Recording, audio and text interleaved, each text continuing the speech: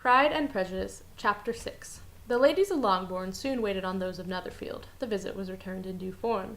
Miss Bennet's pleasing manners grew on the goodwill of Mrs. Hurst and Miss Bingley, and though the mother was found to be intolerable, and the younger sisters not worth speaking to, the wish of being better acquainted with them was expressed towards the two eldest. By Jane this attention was received with the greatest pleasure, but Elizabeth still saw superciliousness in their treatment of everybody, hardly excepting even her sister, and could not like them. Though their kindness to Jane, such as it was, had a value as arising in all probability from the influence of their brother's admiration. It was generally evident whenever they met that he did admire her. To her it was equally evident that Jane was yielding to the preference which she had begun to entertain for him from the first, and was in a way to be very much in love. But she considered with pleasure that it was not likely to be discovered by the world in general, since Jane united with great strength of feeling, a composure of temper, and a uniform cheerfulness of manner which would guard her from the suspicions of the impertinent. She mentioned this to her friend Miss Lucas. "It may perhaps be pleasant," replied Charlotte, "to be able to impose on the public in such a case, but it is sometimes a disadvantage to be so very guarded. If a woman conceals her affection with the same skill from the object of it, she may lose the opportunity of fixing him, and it will then be but poor consolation to believe the world equally in the dark. There is so much of gratitude or vanity in almost every attachment that it is not safe to leave any to itself. We can all begin freely. A slight preference is natural enough, but there are very few of us who have heart enough to be really in love without encouragement. In 9 cases out of 10, a woman had better show more affection than she feels. Bingley likes her sister undoubtedly, but he may never do more than like her if she does not help him on." "But she does help him on, as much as her nature will allow. If I can perceive her regard for him, he must be a simpleton indeed not to discover it too. Remember, Eliza, that he does not know Jane's disposition as you do, but if a woman is partial to a man and does not endeavour to conceal it, he must find it out. Perhaps he must, if he sees enough of her. But though Bingley and Jane meet tolerably often, it is never for many hours together, and as they always see each other in large mixed parties, it is impossible that every moment should be employed in conversing together.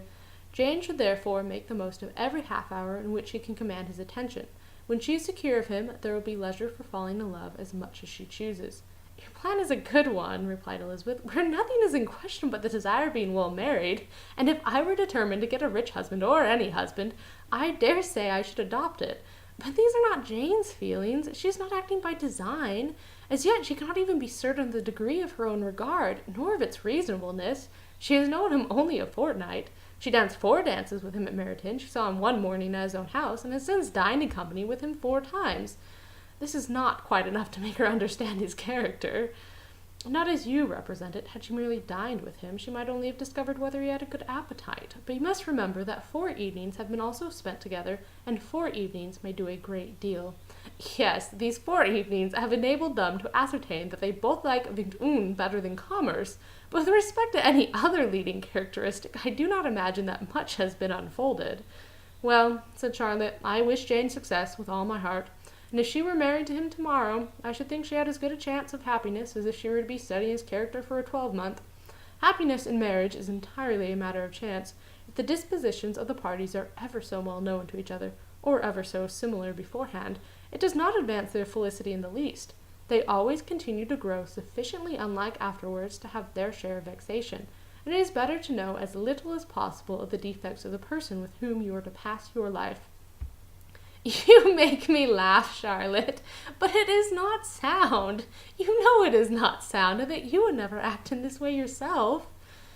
Occupied in observing Mr. Bingley's attentions to her sister, Elizabeth was far from suspecting that she was herself becoming an object of some interest in the eyes of his friend.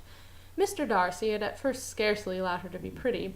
He had looked at her without admiration at the ball, and when they next met he looked at her only to criticize. But no sooner had he made it clear to himself and his friends that she had hardly a good future in her face, than he began to find it was rendered uncommonly intelligent by the beautiful expression of her dark eyes. To this discovery succeeded some others equally mortifying. Though he had detected with a critical eye more than one failure of perfect symmetry in her form, he was forced to acknowledge her figure to be light and pleasing, and in spite of his asserting that her manners were not those of the fashionable world, he was caught by their easy playfulness. Of this she was perfectly unaware. To her he was only the man who made himself agreeable nowhere, and who had not thought her handsome enough to dance with. he began to wish to know more of her, and as a step towards conversing with her himself, attended to her conversation with others. His doing so drew her notice. It was at Sir William Lucas's, where a large party were assembled. "What does Mr. Darcy mean," said she to Charlotte, "by listening to my conversation with Colonel Forster? That is a question which Mr. Darcy only can answer. But if he does it any more, I shall certainly let him know that I see what he is about. He has a very satirical eye, and if I do not begin by being impertinent myself, I shall soon grow afraid of him."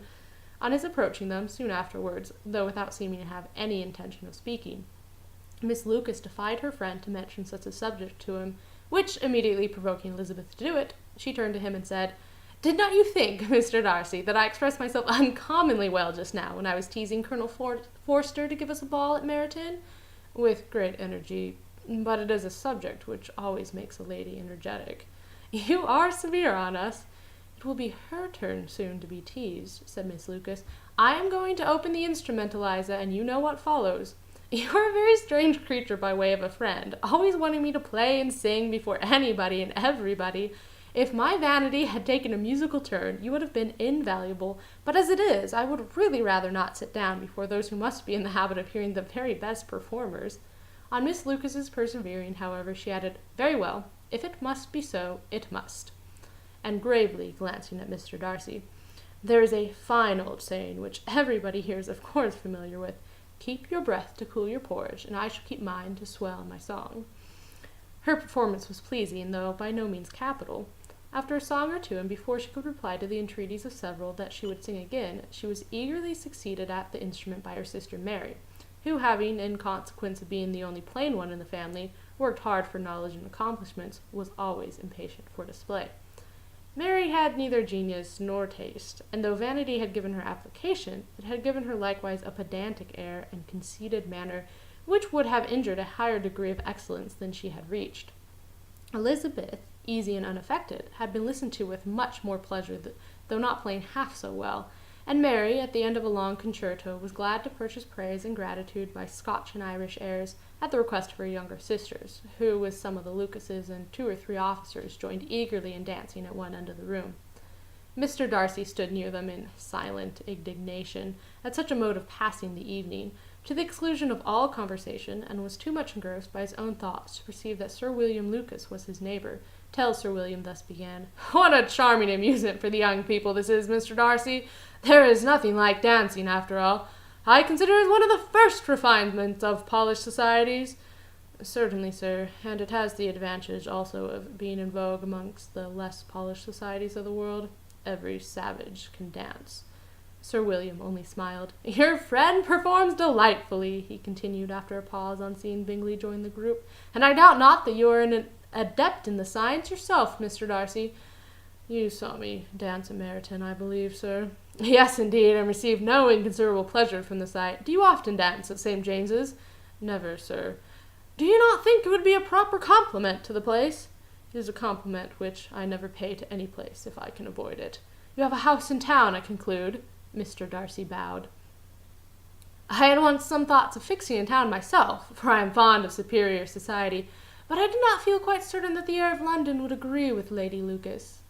He paused in hopes of an answer, but his companion was not disposed to make any, and Elizabeth at that instant moving towards them, he was struck with the notion of doing a very gallant thing, and called out to her, "My dear Eliza, why are not you dancing? Mr. Darcy, you must allow me to present this young lady to you as a very desirable partner. You cannot refuse to dance, I am sure, when so much beauty is before you." And taking her hand, he would have given it to Mr. Darcy, who, though extremely surprised, was not unwilling to receive it, when she instantly drew back, and said with some discomposure to Sir William, "Indeed, sir, I have not the least intention of dancing. I entreat you not to suppose that I moved this way in order to beg for a partner." Mr. Darcy, with grave propriety, requested to be allowed the honour of her hand, but in vain. Elizabeth was determined, nor did Sir William at all shake her purpose by his attempt at persuasion. "You excel so much in the dance, Miss Eliza, that it is cruel to deny me the happiness of seeing you, and though this gentleman dislikes the amusement in general, he can have no objection, I am sure, to oblige us for 1/2 hour." "Mr. Darcy is all politeness," said Elizabeth, smiling. "He is indeed, but considering the inducement, my dear Eliza, we cannot wonder at his complaisance, for who would object to such a partner?" Elizabeth looked archly and turned away. Her resistance had not injured her with the gentleman, and he was thinking of her with some complacency, when thus accosted by Miss Bingley. "I can guess the subject of your reverie. I should not imagine. You are considering how insupportable it would be to pass many evenings in this manner, in such society, and indeed I am quite of your opinion. I was never more annoyed at the insipidity, and yet the noise, the nothingness, and yet the self-importance of all these people. What would I give to hear your strictures on them? Your conjecture is totally wrong, I assure you. My mind was more agreeably engaged. I have been meditating on the very great pleasure which a pair of fine eyes in the face of a pretty woman can bestow." Miss Bingley immediately fixed her eyes on his face, and desired he would tell her what lady had the credit of inspiring such reflections. Mr. Darcy replied with great intrepidity, "Miss Elizabeth Bennet."